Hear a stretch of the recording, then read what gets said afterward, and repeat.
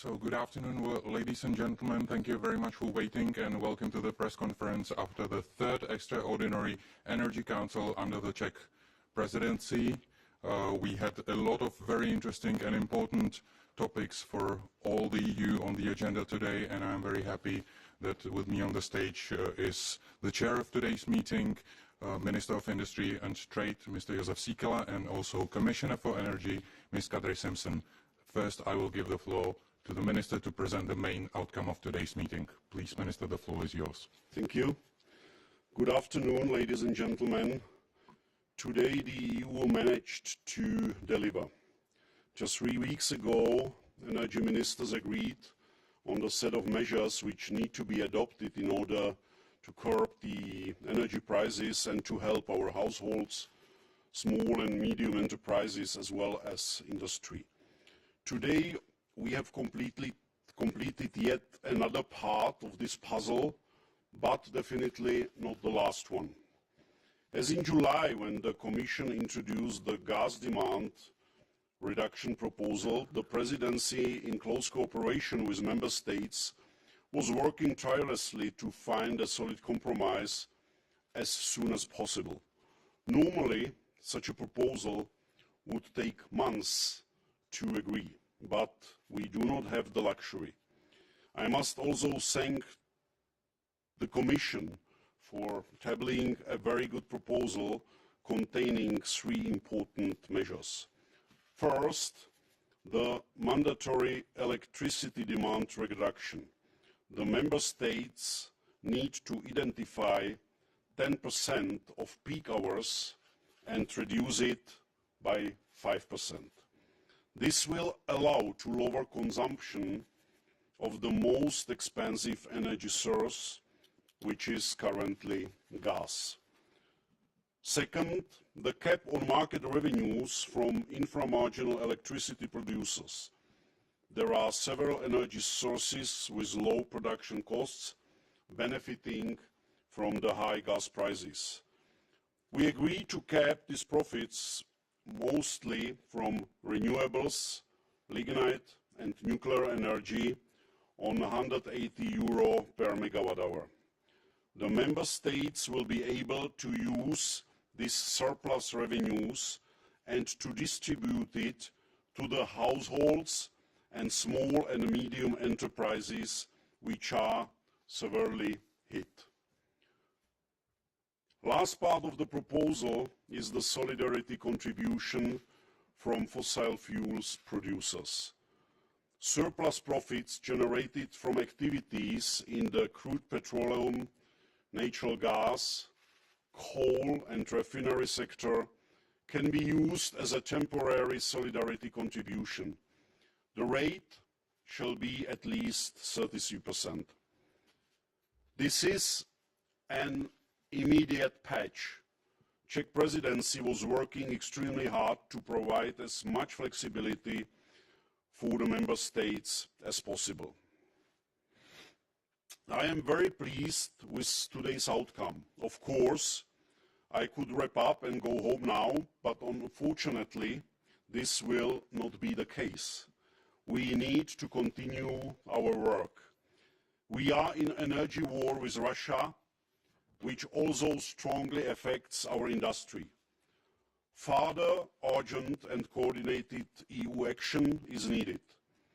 The Council has called today for immediate further actions on the European level that would allow us to tackle the issue we are facing with the urgency it deserves. As the Presidency, I have noted serious concerns among Member States regarding the follow-up of the Extraordinary Council on September 9th. In this respect, ministers asked for reassurance about the timeline for the introduction of relevant Commission's proposals. The key issues Member States mentioned today were mainly stabilizing the electricity market through various measures, in particular, limit the prices of gas and its impact on electricity prices in the EU. These measures could include, for example, introducing price cap on imported gas or new European index parallel to the TTF, better reflecting world market. We also need to speed up with the common gas purchases through the energy platform. This mechanism needs to be functional and not reliant on step-by-step political decisions. Several member states have also asked for prolongation of the temporary crisis framework. I understand the Commission intends to put it on the table by mid-October. Kadri, this measure is crucial to help our industry. Our common action must decrease the prices of gas flowing to Europe and increase the negotiating power of the EU on the global gas market to attract supplies at affordable prices. We have to act now. The expectations of the EU citizens are extremely high, and we cannot afford letting them down. The Czech presidency is prepared to take up any proposal from the Commission and deal with it in a super speed manner. I can assure you that I will convene as many extraordinary councils as needed to discuss and reach political agreement. Today, Denmark, Sweden and Germany also informed the energy ministers about the recent massive gas leaks from the Nord Stream 1 and 2 pipelines. The energy ministers are particularly gravely concerned that all available information indicates that those leaks are the result of a deliberate act. We fully support prompt and thorough investigation by the authorities of the causes of the damage and stand ready to offer any necessary assistance. Currently, there is no immediate impact on this incident on the EU's security and energy supply. Of course, there are big concerns about the possible impact on maritime life in the Baltic Sea and the climate due to the significant volumes of greenhouse gas being released into the air. There is a strong joint commitment to intensify our efforts to strengthen the protection and the resilience of our critical energy infrastructures, including the oil and gas pipelines and LNG terminals. But we are EU and we are united. Any deliberate disruption of European energy infrastructure is unacceptable and will be met with a robust and united response. Thank you very much, Minister. Now I would like to give the floor to Commissioner Simpson, please. Thank you. Thank you, Joseph. Good afternoon, everyone. Today we took another step forward to address this current energy crisis, and under the leadership of the Czech presidency, the Council agreed emergency interventions in electricity markets. I would say that this was done in record time, but these kinds of delivery speeds are becoming the new normal. And I'm very grateful to you, Joseph, your team and colleagues across the EU for getting this done. The final text preserves the main elements of the Commission proposal while addressing the concerns of Member States and providing flexibility where necessary. I am very glad to see that all measures remain mandatory, which ensures that they will also remain impactful. It is now crucial to implement these steps quickly so that they can start having the intended effect. What we decided today comes in a long list of measures we have taken to address the energy crisis. But I agree with the ministers that we need to do more, in particular to address the issues of gas prices before the winter. In the current situation, an EU-level market intervention is necessary to bring down the cost of the gas purchased by EU customers and reduce the power generation costs from gas. Today I set out the Commission's strategy to achieve these aims. First, we need to address all the pipeline gas that arrives to the EU. Due to the Russian war, this gas comes with a heavy premium. And limiting this premium is essential, but it cannot be done unilaterally. It requires dialogue and negotiations with trusted partners who have maximized their gas deliveries to meet the EU demand. But the aim is the same, to achieve prices at a more sustainable level. Russia is a special case, and personally, I believe we could impose a price cap on all Russian imported gas, including LNG. However, some member states see this as a sanction, and we don't yet have a consensus on this step, how to limit Russia's ability to finance the war on Ukraine. Pipeline gas for Europe covers 2/3 of our gas consumption. But this winter, we will also need every molecule of LNG that we can secure. And we should therefore also look at the global LNG markets. Prices in the EU are today significantly higher than in Asia or elsewhere. And this is partially explained by the nature of the main reference benchmark, the TTF, that can add up to 30% to the gas price. And this is, in my view, a key area to address. We have kick-started work to develop a complementary EU price index that better reflects the energy reality of today and does not artificially inflate the prices. In addition, we need to address what happens on our domestic market. The Commission is ready to develop a temporary EU-wide measure to limit the price of gas in electricity generation. This should be done at a level that helps bring down electricity prices without increasing gas consumption. These are far-reaching measures that intervene substantially in the functioning of the European gas market, and we are not proposing this lightly. And I was glad to see that there was interest in all these elements. Other options were also put forward. A number of ministers supported today a wholesale gas price cap covering all transactions, both imports and the domestic market. This would clearly have an effect on prices, but would also effectively mean the suspension of EU gas market and create risks to security of supply. To take such a drastic step in a responsible way, a number of preconditions would be non-negotiable. First among them, an unambiguous mandatory commitment by the member states to save gas demand beyond our current 15% reduction plan. We had a frank discussion on these aspects and on the best way forward. While views differ across the member states, there is also common ground.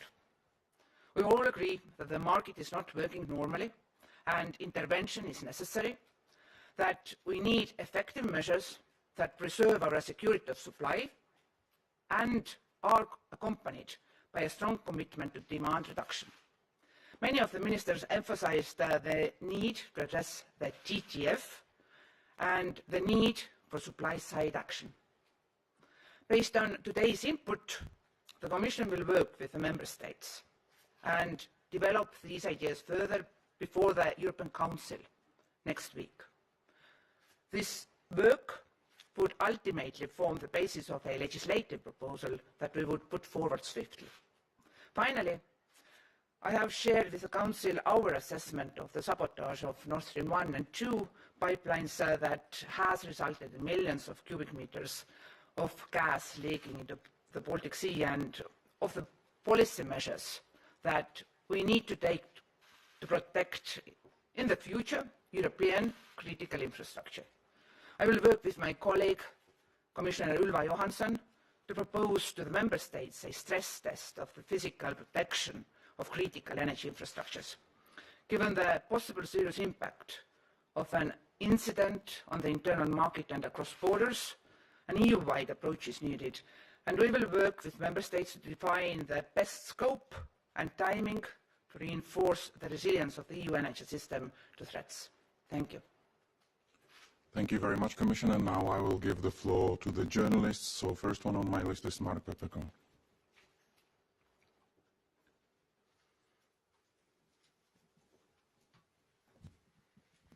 Yeah, good afternoon, Mark Peperkorn, Volkskrant, Netherlands. I have two questions, both for the Commissioner. One, the Commission estimated that the cap and the solidarity levy will generate about 140 billion euros. Now, with all the flexibilities finally, let's say, wiggled in, is this still the estimation of the Commission, or is it less, or maybe even more now? That's the first question. The second question is about the remaining puzzle piece. Mr. Sikela spoke about the serious concerns of some member states. Do you feel, Commissioner, that you didn't do enough, you were not quick enough with coming up with concrete proposals? Thanks. Thank you. First question about possible revenues. The more success we will have to target peak price hours, and by doing so bring down the electricity prices, the less governments will earn from marginal gap. So our success will also bring down the budgetary revenues, but it means that our industry and consumers will pay less. And this was one of the ways how to collect and generate additional funds that governments then can use to support directly their retail consumers. Another question that across the table ministers were concerned. So am I. Well, this will not be easy winter for us, and next winter will be even more difficult. So we have to keep in mind when we propose next steps that they have to address several concerns. One of them is indeed the high prices. Another one is our supply side. And from our side, as a next step, we will provide input for the upcoming leaders' discussion. What form exactly this input will take is yet to be decided. Thank you very much. Next question, fifth row.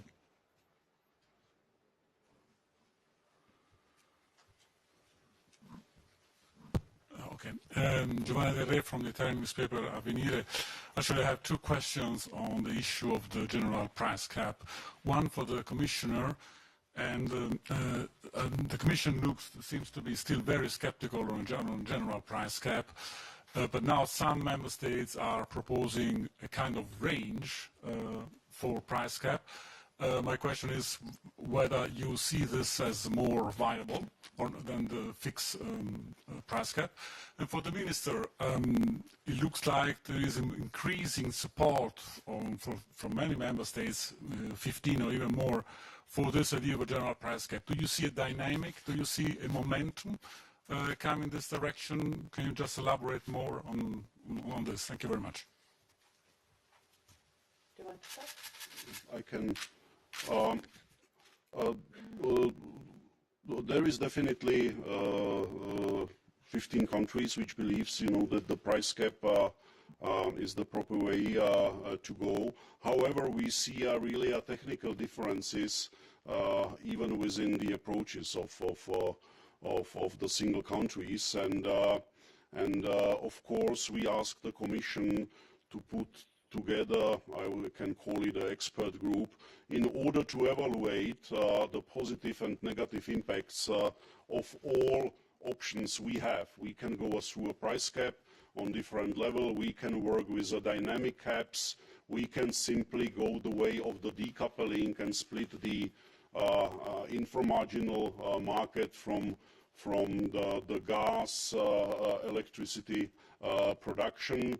There is also the idea to strengthen the platform, the joint purchase platform, in the way that we should negotiate on the G2G level simply with the main suppliers of the LNG, the caps, and not only LNG but the gas in general, the caps directly within the agreements.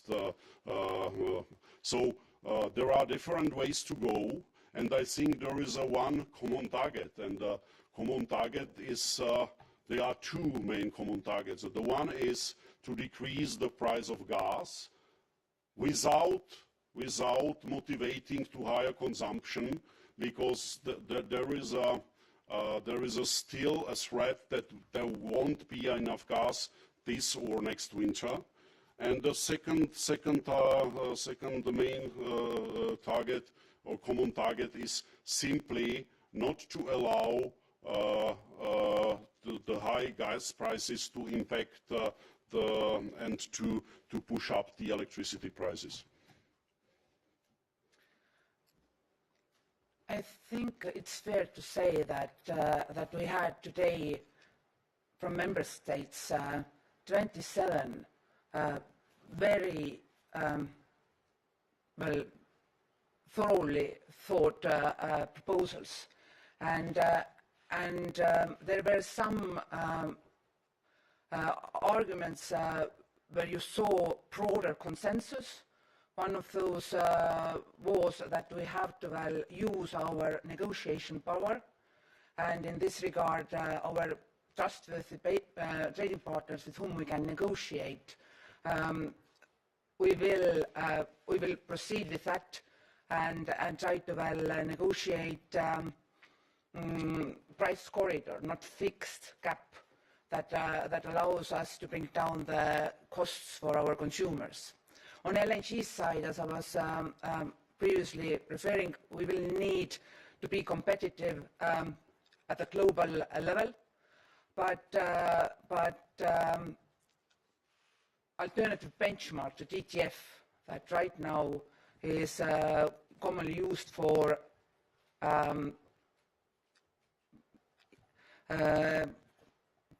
trading LNG cargoes could help us in this regard. And on top of that, many long-term contracts are also indexed against the TTF that has shown a lot of volatility, which is not excusable due to the risks to the real-life supply risks, but is a result of financial interactions. Thank you. Thank you. Next one on my list is Euronews. Yes, hi. I would like to insist on this letter signed by 15 member states that they were actually asking for a price cap on gas on the wholesale markets. Is this demand still in place, and do you think you are going to include this in your action plan that is going to be presented next week? Thank you. A wholesale gas price cap is a legitimate option, but it requires a radical intervention in the market, which means several non-negotiable conditions have to be met before this cap will work. We agreed with the member states that they will provide further input, and I think that it is also worth mentioning that from Commission side, we also expressed our readiness to develop an EU-level price cap for gas that is used in electricity production. And this would also have a direct impact on the soaring electricity prices. Thank you very much. Next question, Silvia Ayuso del País.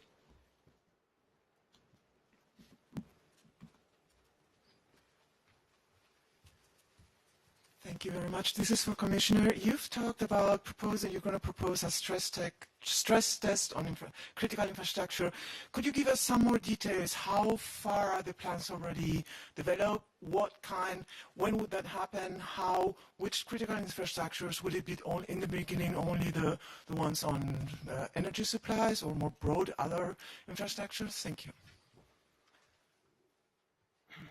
Well, we will reach out to all member states to conduct a stress test of critical infrastructure as soon as possible. The Commission will coordinate this initiative, and we will also support member states in stepping up prevention and preparedness, as well as the capacities and readiness to repair critical entities after the potential attack.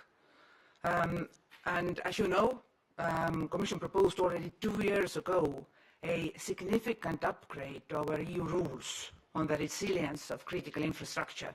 And this has been agreed by the European Parliament and the Council this spring, meaning that we will soon have better and more ambitious legislation in place in the whole EU. Thank you. Next question over here, and after that, gentleman in the first row. Good afternoon, Alan. Is it working? Alan Lexan with the Czech News Agency, and I have a question on the implementation of the inframarginals cap and the so-called solidarity contribution. Do you see a risk that a lot of the companies impacted will try to avoid participating in this scheme, either through artificially lowering their revenues or even by challenging the regulation in court? And how are you preparing for this kind of scenario? Thank you. Well, we finished today basically the political, I would say, approval, and we start, the written procedure. Of course, there were some minor changes, mostly technical, aiming to reflect the national rules on several member states, different market realities.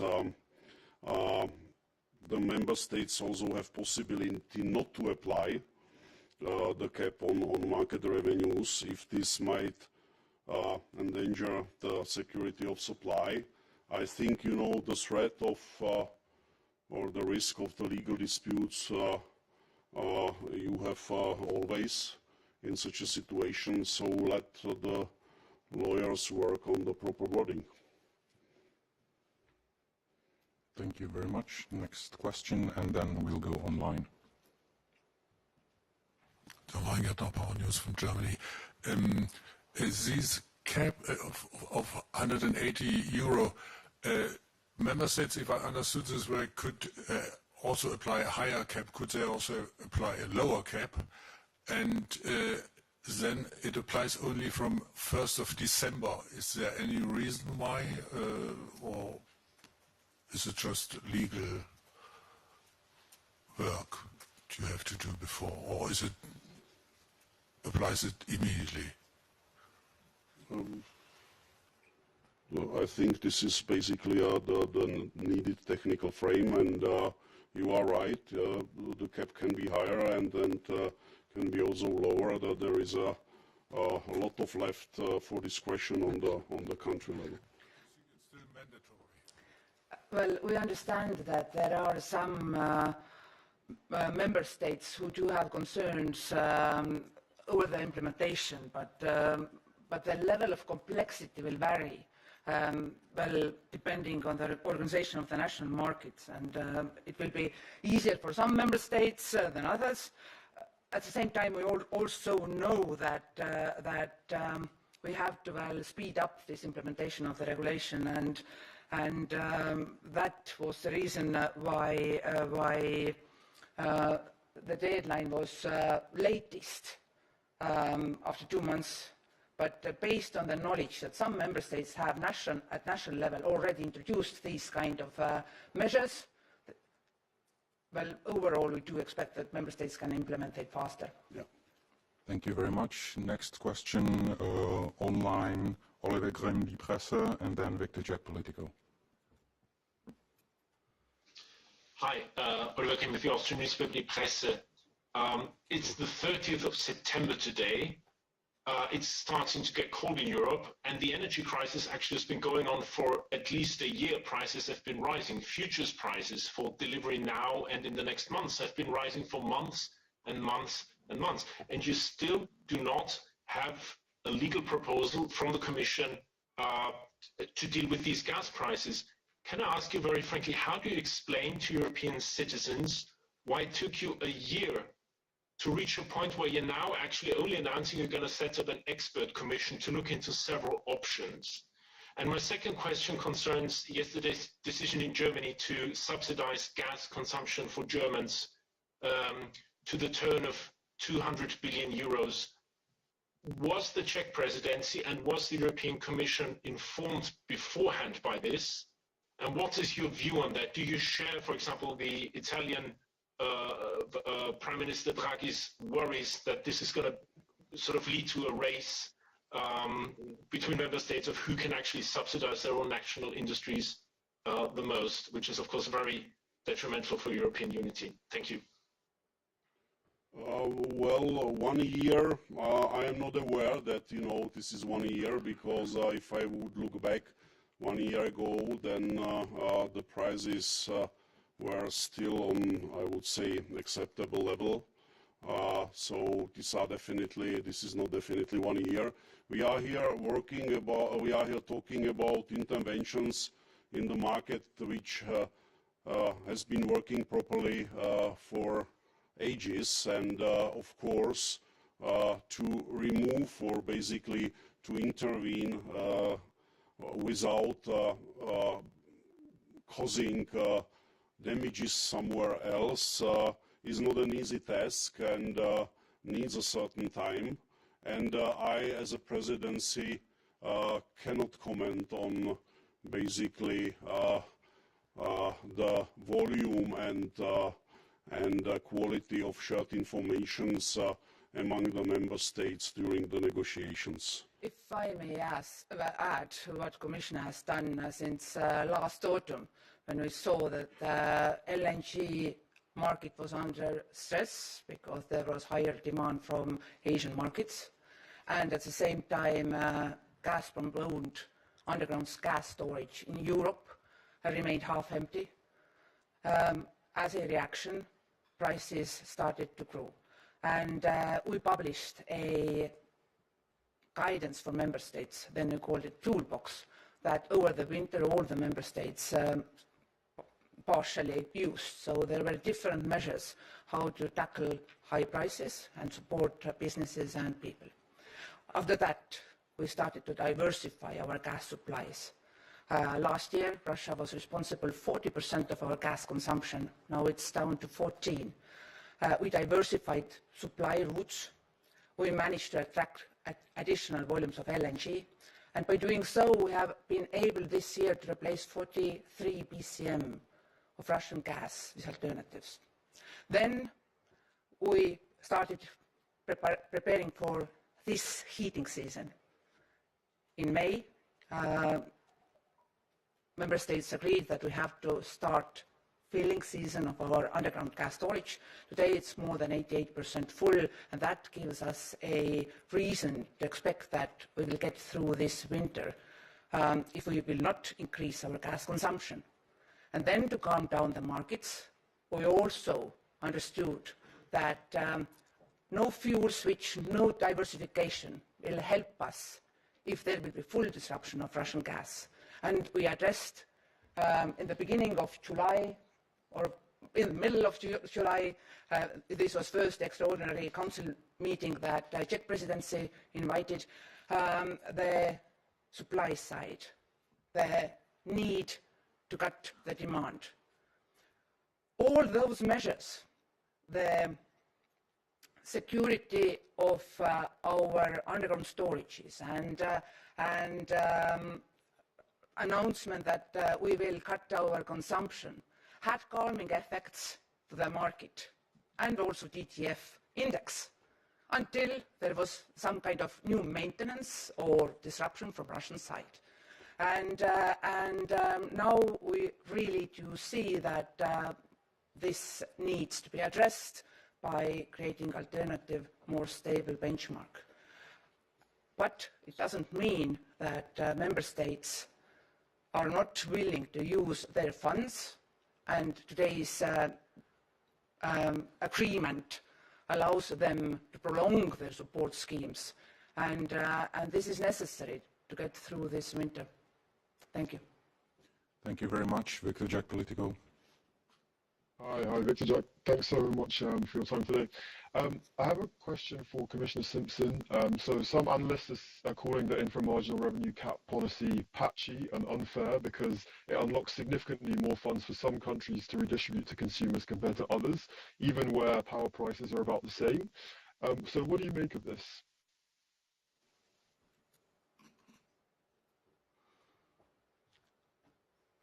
Indeed, energy mix in different member states is very diverse. And there are member states who get bigger share from renewables or from nuclear or even from lignite than others. And that allows them to expect higher revenues from this proposal.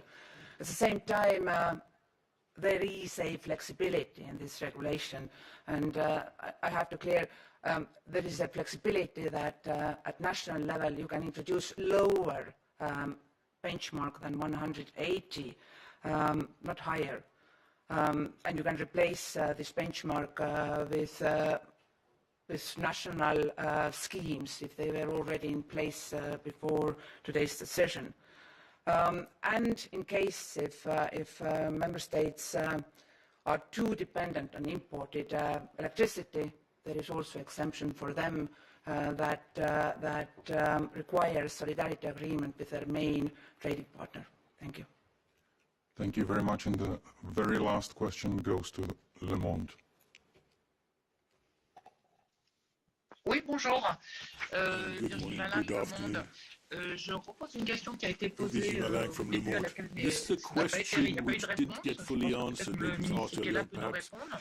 Est-ce que les deux mécanismes de contribution solidaire et de cap sur les inframarginaux peuvent toujours apporter 140 milliards d'euros? Première question. Ou sinon combien? On en est à combien? Deuxième question, Monsieur le ministre, vous avez évoqué un découpage du marché de l'électricité. You also talked, Minister, about decoupling with the price of Est-ce que vous attendez une proposition de la Commission là-dessus rapidement? Do you expect a proposal soon before Prague or in the next few weeks from the Commission, or more beginning of next year? Third question. These negotiations with Norway have been ongoing for a couple of weeks now with a view to bringing the price down a wee bit. How are they going? Thank you. May I just ask for repetition of the third question? The first two I tackled. The negotiations with Norway. So the Commission has been talking to Norway. Probably more questions for them. How are these things going? They've been talking for a couple of weeks on prices. Is it going anywhere yet? Because I mean, in a few years' time, it's not going to help us much. Okay, I think when it comes to the negotiations with Norway, it would be probably better to ask Kadri to respond to this question. When it comes to first two questions, I didn't check the calculation, but I didn't get any other information that the calculation of the targeted amount should be wrong. So I'm sorry for it. And the second question is, I expect the proposal on gas soon. So I will be pleased to get it before the informal council in Prague.